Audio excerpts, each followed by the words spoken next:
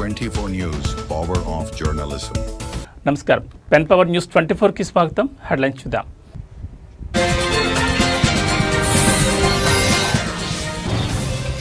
తెలంగాణ రాజకీయాల్లో కీలక పరిణామం. సిబిఐ చేతికి వామనరావు దంపతుల మర్డర్ కేసు.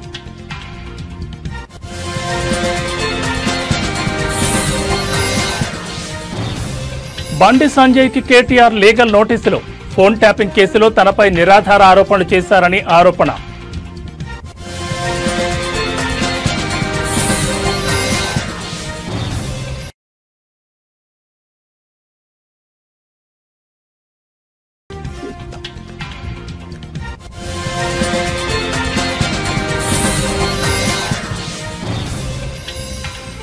నేడు తెలంగాణకు భారీ వర్షం. పలు జిల్లాలకు యెల్లో అలర్ట్ జారీ.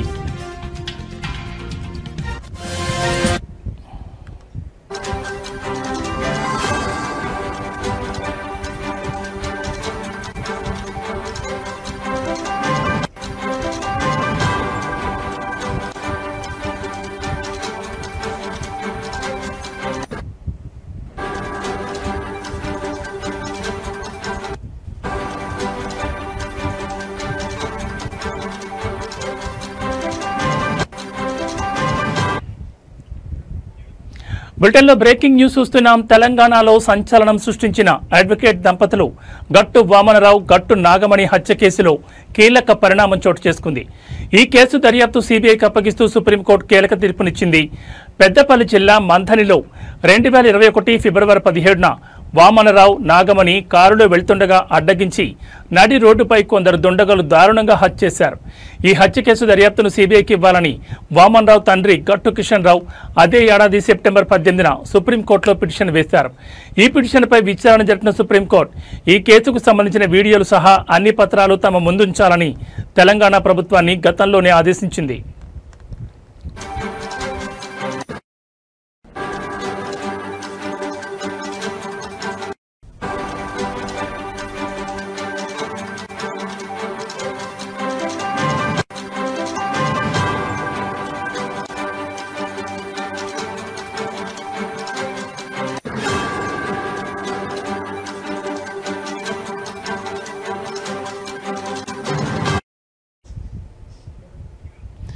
రికార్డులను పరిశీలించి సిబిఐ విచారణపై నిర్ణయం తీసుకుంటామని సుప్రీంకోర్టు స్పష్టం చేసింది.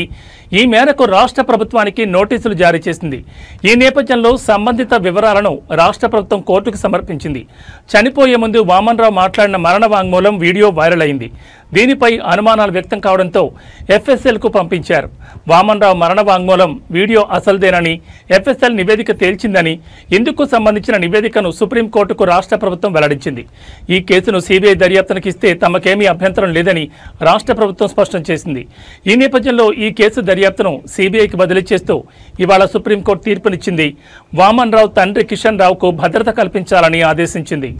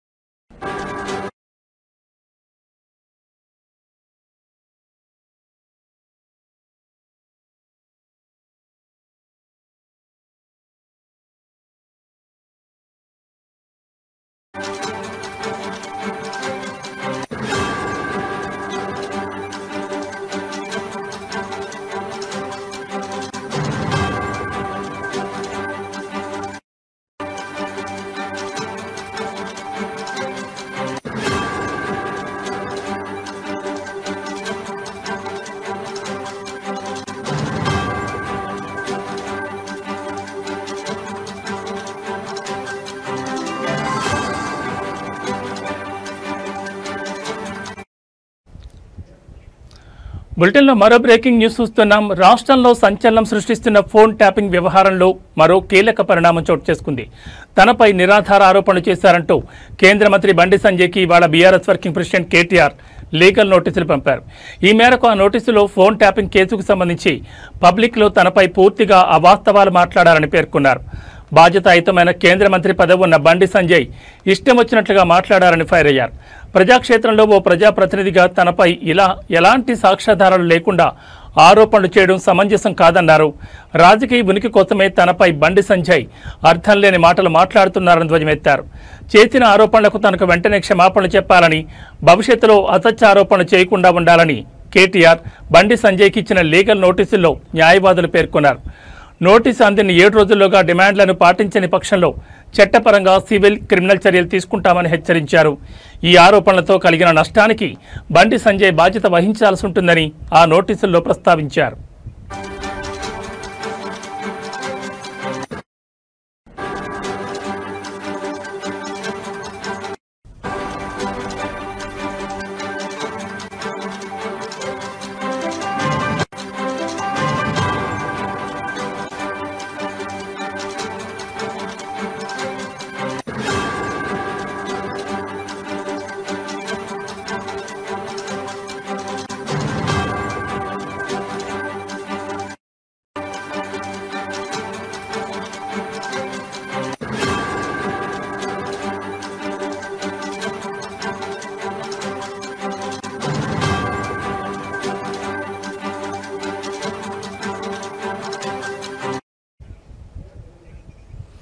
కాగా ఆగస్టు 8న దిల్కుషా గెస్ట్ హౌస్లో సిట్ విచారణకు హాజరై బయటకొచ్చిన బండి సంజయ్ మీడియాతో మాట్లాడుతూ ఫోన్ ట్యాపింగ్ వ్యవహారంలో బీఆర్ఎస్ వర్కింగ్ ప్రెసిడెంట్పై సంచలన ఆరోపణలు చేశారు.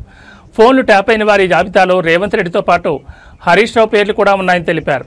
బీఆర్ఎస్ పాలనలో తన ఫోన్ ఎక్కువగా కేటీఆర్ ట్యాప్ చేశారని ఆరోపించారు. సిట్ అధికారులు ట్యాపింగ్కి సంబంధించి చూపించిన వివరాలు చూసి తాను షాకు గురయ్యానని తెలిపారు. మావోయిస్టుల జాబితాలో మా పేర్లు పెట్టి ట్యాపింగ్కి పాల్పడ్డారని తెలిపారు. ఫోన్ ట్యాపింగ్ జరిగిందని తాను అప్పట్లోనే చెప్పానని అన్నారు. వావి వరసలు లేకుండా ఫోన్లు ట్యాప్ చేశారని మండిపడ్డారు. చివరికి తన ఇంట్లో సిబ్బంది ఫోన్లు కూడా ట్యాప్ చేయడం దారుణమని అన్నారు. కేసీఆర్ కూతురు కవిత ఫోన్లను కూడా విపరీతంగా ట్యాప్ చేయించారని పేర్కొన్నారు. ముఖ్యంగా బీజేపీ రాష్ట్ర అధ్యక్షుడిగా ఉన్న సమయంలో తన చుట్టూ కేటీఆర్ నిఘా పెట్టారని ఆరోపించారు. బీఆర్ఎస్ పాలనలో చివరికి సామాన్యులు కూడా ఫోన్లు మాట్లాడలేకపోయారని బండి సంజయ్ ధ్వజమెత్తారు.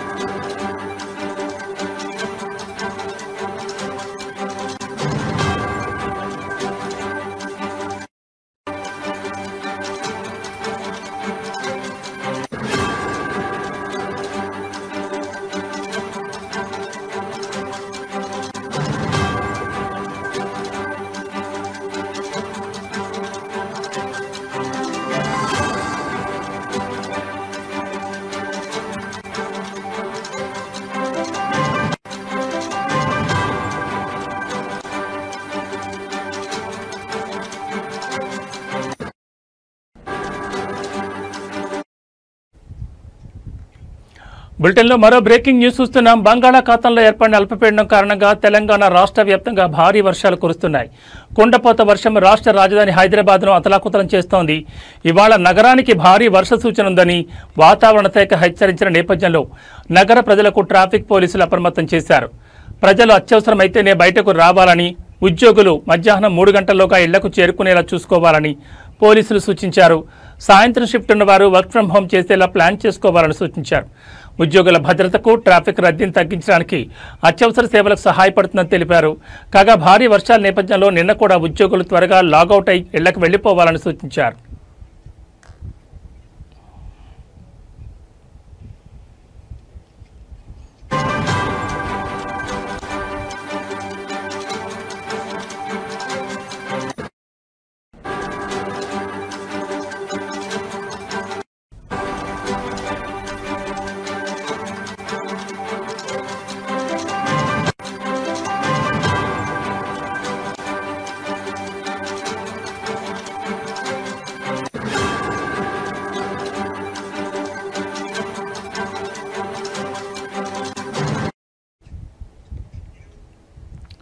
ఉమ్మడి ఆదిలాబాద్, ఖమ్మం, వరంగల్ సహా జగిత్యాల జిల్లాల్లో భారీ వర్షం కురిసే అవకాశం ఉందని పేర్కొంది. దీంతో ఆయా జిల్లాలకు ఎల్లో అలర్ట్ జారీ చేశారు. ప్రజలు అప్రమత్తంగా ఉండాలని వాతావరణ శాఖ అధికారులు సూచించారు. అవసరం ఉంటే తప్ప బయటకు రావద్దని హెచ్చరించారు.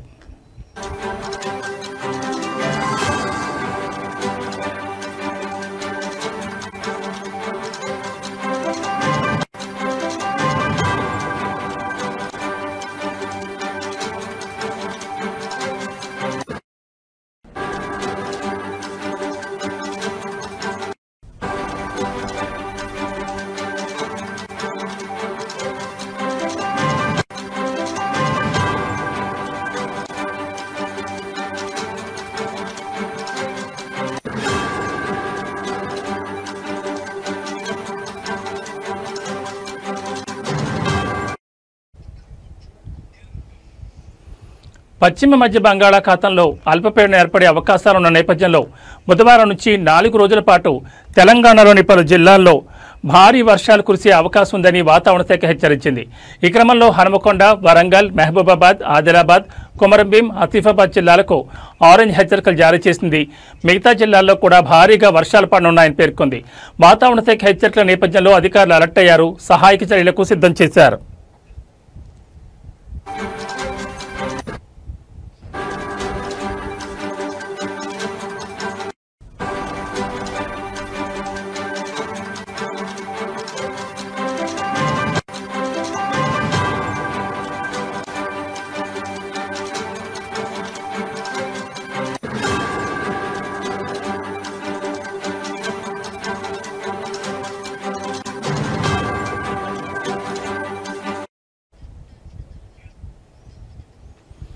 తెలంగాణలో గత 4-5 రోజులుగా కొండపోత వర్షాలు కురుస్తున్నాయి. ముఖ్యంగా దక్షిణ తెలంగాణ జిల్లాలో భారీగా వర్షాలు పడుతున్నాయి.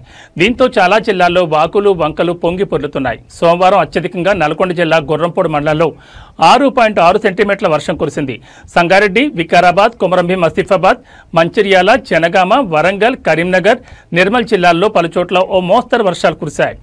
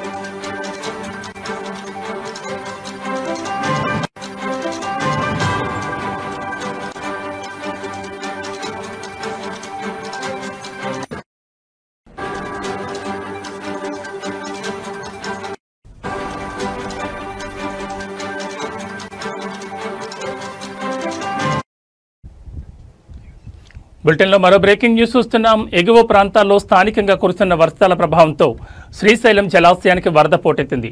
జూరాల, సుంకేశ్వర ప్రాజెక్టుల నుంచి వరద క్రమంగా పెరుగుతుండటంతో ఇప్పటికే జలాశయం పూర్తిగా నిండిపోయింది. ప్రాజెక్టు పూర్తిస్థాయి నీటి మట్టం 885 అడుగులు కాగా ప్రస్తుతం 882.70 అడుగులకు చేరింది. దీంతో అధికారులు 4 స్పిల్వే గేట్లను ఎత్తి నాగార్జున సాగర్కు 1,08,076 క్యూసెక్కుల నీటిని విడుదల చేస్తున్నారు. అలాగే పోతిరెడ్డిపాడు హెడ్ రెగ్యులేటర్ నుంచి 35,000 క్యూసెక్కులు, కుడిగట్టు విద్యుత్ కేంద్రం నుంచి 30,808 క్యూసెక్కుల నీటిని విడుదల చేస్తున్నారు. ఈ సీజన్లో 4 రోజుల వ్యవధిలో ప్రాజెక్టు నుంచి నీటిని విడుదల చేయడం ఇది 3వసారి.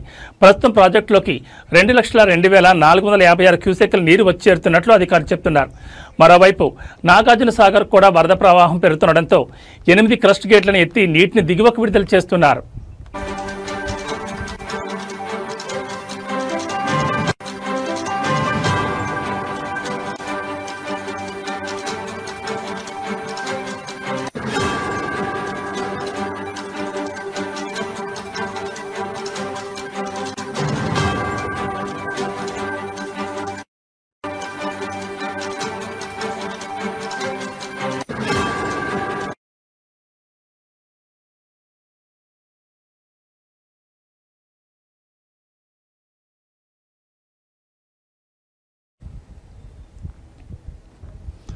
దేశభక్తి జాతీయ సమైక్యత భావాలను ప్రపంచవ్యాప్తంగా చాటి చెప్పాలనే ఉద్దేశంతో ప్రధాని నరేంద్ర మోడీ పిలుపు మేరకు హర్ ఘర్ తిరంగా కార్యక్రమం రాష్ట్ర వ్యాప్తంగా కొనసాగుతోందని రాష్ట్ర వ్యవసాయ శాఖ మంత్రి కింజరపు అచ్చెన్నాయుడు అన్నారు. శ్రీకాకుళం జిల్లా సూర్యమహల్ జంక్షన్ నుంచి 7 రోడ్ల జంక్షన్ వరకు జరిగిన జాతీయ పతాక ర్యాలీని ఆయన ప్రారంభించారు. ఈ సందర్భంగా మంత్రి మాట్లాడుతూ స్వాతంత్ర దినోత్సవం నాడు జిల్లాలో ప్రతి ఇంటిపై మువ్వన్నెల జెండా ఎగురవేసి దేశ సమైక్యతను చాటాలని పిలుపునిచ్చారు. ముఖ్యమంత్రి చంద్రబాబు నాయుడు విజన్ 2047 సంకల్పానికి అనుగుణంగా ప్రతి ఒక్కరూ దేశం రాష్ట్రాభివృద్ధి కృషి చేయాలన్నారు. స్వాతంత్ర్యం కోసం ప్రాణాలు అర్పించిన అమరవీరుల త్యాగాలను స్మరించుంటూ వారికి నివాళులర్పించాల్సిన అవసరాన్ని గుర్తు చేశారు.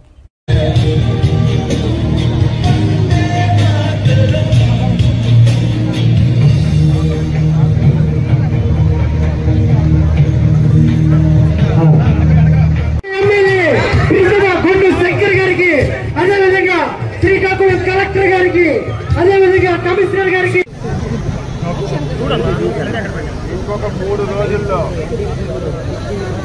భారతదేశానికి స్వాతంత్రం వచ్చి 68 సంవత్సరాలు పూర్తి చేసుకుని 69వ సంవత్సరంలో అడుగు పెడుతున్నటువంటి సందర్భంలో అంతే కదా 78 సంవత్సరాలు పూర్తి చేసుకొని 79వ సంవత్సరంలో అడుగు పెడుతున్నటువంటి సందర్భంలో భారత ప్రభుత్వం ఇటు రాష్ట్ర ప్రభుత్వం కలిసి హర్ ఘర్ తిరంగా అనే పేరుతో ఈ 4 రోజులు దేశంలో ప్రతి ఒక్కరిని చైతన్యపరచాలి, ప్రతి ఒక్కరిలో దేశభక్తిని పెంపొందించాలని ప్రధానమైనటువంటి ఉద్దేశంతోనే ఈ కార్యక్రమాన్ని తీసుకున్న విషయం ప్రతి ఒక్కరికి తెలియజేస్తున్నాను. ప్రతి విషయానికి జాతి ఉంటుంది, మతం ఉంటుంది, కులం ఉంటుంది, ప్రాంతం ఉంటుంది. కానీ ఈ విషయంలో జాతి లేదు, మతం లేదు, కులం లేదు, ప్రాంతం లేదు. ప్రతి ఒక్క పౌరుడి చేతిలోనే, ప్రతి ఒక్కరి ఇంటి మీద, ప్రతి కార్యాలయం మీద త్రివర్ణ పతాకం రెపరెపలాడాలి, దేశభక్తిని పెంపొందించాలనే ఉద్దేశంతోనే ఈ కార్యక్రమాన్ని ఇంత భారీ స్థాయిలో తీసుకున్న విషయం ప్రతి ఒక్కరికి. ఎస్సీ వర్గీకరణను శాంపిల్గా పంజాబ్, హర్యానాలో మొట్టమొదటిగా ఈ దేశంలో చేసింది కాంగ్రెస్ పార్టీ ప్రభుత్వమే. బీజం కాంగ్రెస్ పార్టీ వేస్తే దీన్ని దేశం మొత్తం చేశారు. మన మోడీ సాబ్ నిజానికి ఎస్సీ వర్గీకరణ వల్ల 100లో 4గురికే బెనిఫిట్ జరుగుతుందన్నారు మాల మహానాడు జాతీయ అధ్యక్షుడు ఆర్ఎస్ రత్నాకర్. ఈ 100లో 4గురికి ఇచ్చే ఈ ఫలాలను దేశవ్యాప్తంగా ఎస్సీ లిస్టులో ఉన్న 11,008 ఎస్సీ కులాలకు ఎలా పంచుతారని మోడీజీ అని ప్రశ్నించారు. విజయవాడ గాంధీనగర్ ప్రెస్ క్లబ్లో జరిగిన పాత్రికేయుల సమావేశంలో ఆయన మాట్లాడుతూ ఈ 4 సీట్లను తెలుగు రాష్ట్రాల్లో 59 ఎస్సీ కులాలకు చంద్రబాబు, రేవంత్ రెడ్డి ఎలా పంచుతారని డిమాండ్ చేశారు. ఇది దళితుల ఐక్యతపై కుట్ర కాదా అని ప్రశ్నించారు. చంద్రబాబు మాల సామాజిక వర్గంపై పగ తీర్చుకుంటే మాలల హోల్సేల్ మేనమామ జగన్ మాలలకు అన్యాయం జరుగుతున్న ముద్దులతో సరిపెట్టాడు తప్ప ఈనాటికి స్పందించలేదని ఎద్దేవా చేశారు. మీరందరూ కోఆపరేట్ చేయాలని చెప్పేసి మీకు అందరికీ విజ్ఞప్తి చేస్తూ ఉన్నాను. ఇంకొకటి ఏంటంటే, నేను because I'm at the ground level, మన గోదావరి జిల్లాలో ఉంటాను. I belong to Konaseema area.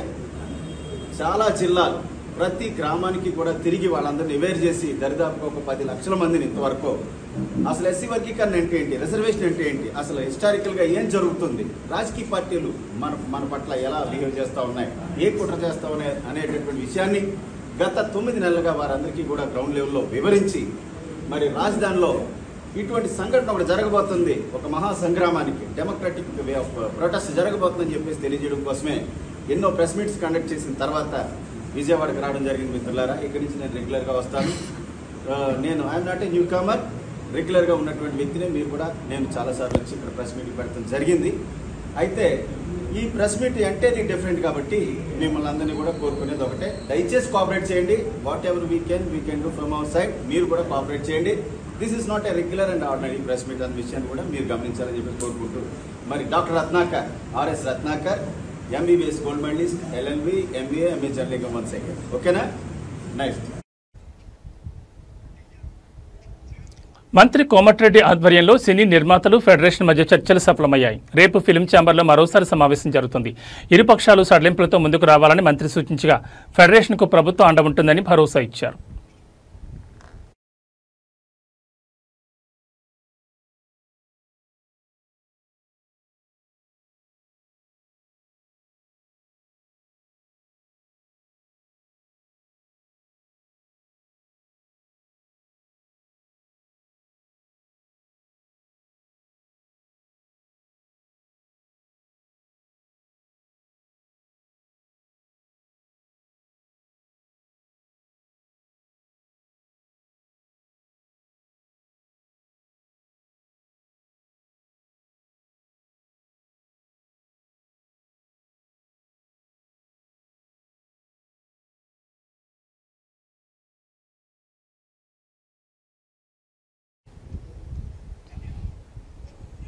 గత కొన్ని రోజులుగా హైదరాబాద్లో కురుస్తున్న వర్షాలకు మూసీ నదికి వరద పోటెత్తుతోంది. అదేవిధంగా ఎగువన భారీ వర్షాలతో హిమాయత్ సాగర్ భారీగా వరద వచ్చి చేరుతోంది.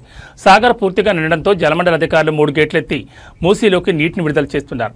ఈ నేపథ్యంలో మూసీ ఉధృతంగా ప్రవహిస్తోంది. ఈ క్రమంలో ముసారాంబాగ్ అంబర్పేట బ్రిడ్జిపై నుంచి వరద ప్రవహిస్తోంది. దీంతో అప్రమత్తమైన అధికారులు బ్రిడ్జిపై నుంచి వాహనాలు రాకపోకలు నిలిపివేస్తారు.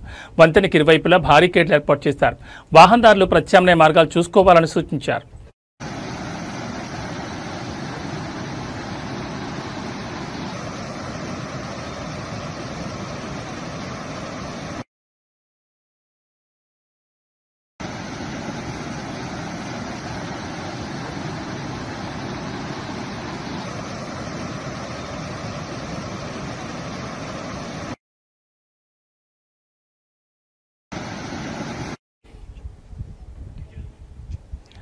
పార్లమెంట్లో ప్రధాని మోడీని ఎంపీ పుట్ట మహేష్ కుమార్ మర్యాదపూర్వకంగా కలిసి వారికి పుష్పగుచ్చం అందించారు. ఈ సందర్భంగా పామాయిల్ రైతుల సమస్యలు, గిట్టుబాటు ధర, ఏలూరు పార్లమెంట్ నియోజకవర్గ సమస్యలు వారి దృష్టికి తీసుకెళ్లారు. కొవ్వూరు భద్రాచలం రైల్వే గురించి కూడా రైల్వే మినిస్టర్ గారితో డిస్కషన్ చేయడం జరిగింది. అలాగే ఇప్పుడు డిపిఆర్లు ప్రతి ఒక్కటి ప్రిపరేషన్ చేయమన్నారు. శాంక్షన్ అనేది జరిగింది. ఓన్లీ ఇప్పుడు ఇంకా పనులు స్టార్ట్ అవ్వడంలోనే మనము ముందుకు పోవాల్సిన అవసరం ఉంది. అలాగే మనము 12 ROBsని ఏలూరు పార్లమెంట్లో అప్రూవల్ చేయించుకోవడం జరిగింది పైన సెషన్లో. ఈసారి అవన్నీ కూడా పనులకి ముందుకు పోవడానికి ల్యాండ్ అక్విజిషన్ మన కలెక్టర్ ఆఫీస్ నుంచే ఆర్డీఓ గారు చేసి ముందుకు పంపించాల్సి ఉంది. కలెక్టర్ గారితో కూడా మాట్లాడాం. వచ్చే రోజుల్లో ఆ ల్యాండ్ అక్విజిషన్కి సంబంధించి పనులన్నీ కూడా ఒక 2-3 నెలల్లో అన్ని ల్యాండ్ అక్విజిషన్ పనుల్లో అట్లీస్ట్ ఒక 3-4 పనులు ROBలు పనులు సంబంధించి ఇమీడియట్గా పనులు స్టార్ట్ అవుతున్నాయి. అవన్నీ కూడా ల్యాండ్ అక్విజిషన్లు అయిపోయిన తక్షణమే ఇట్లా అప్రూవల్ రావాల్సి ఉంది. అది కూడా ఫాలోఅప్ చేస్తామని కూడా మేము అందరికీ చెప్తున్నాం. ఈ పార్లమెంట్ సెషన్లో చాలా వరకు మనము మన పనులు కూడా ముందుకు తీసుకొని వెళ్ళడానికి చాలా వరకు అవకాశం కలిగింది. అలాగే పార్లమెంట్లో ఈసారి ఎక్కువ వాయిదాలు ఉండడం వల్ల ఎక్కువ మనకు మాట్లాడడానికి అవకాశం రాలేదు. ఇంకొక వారము ఇంకా పార్లమెంట్ జరిగేది ఉంది. ఆ జరిగేటప్పుడు ఇంకా కొన్ని మన సమస్యలు ఉన్నాయి. ఆ సమస్యలు ఇవి బులెటిన్ విశేషాలు. మరో బులెటిన్లో మళ్ళీ కలుసుకుందాం. నమస్కారం.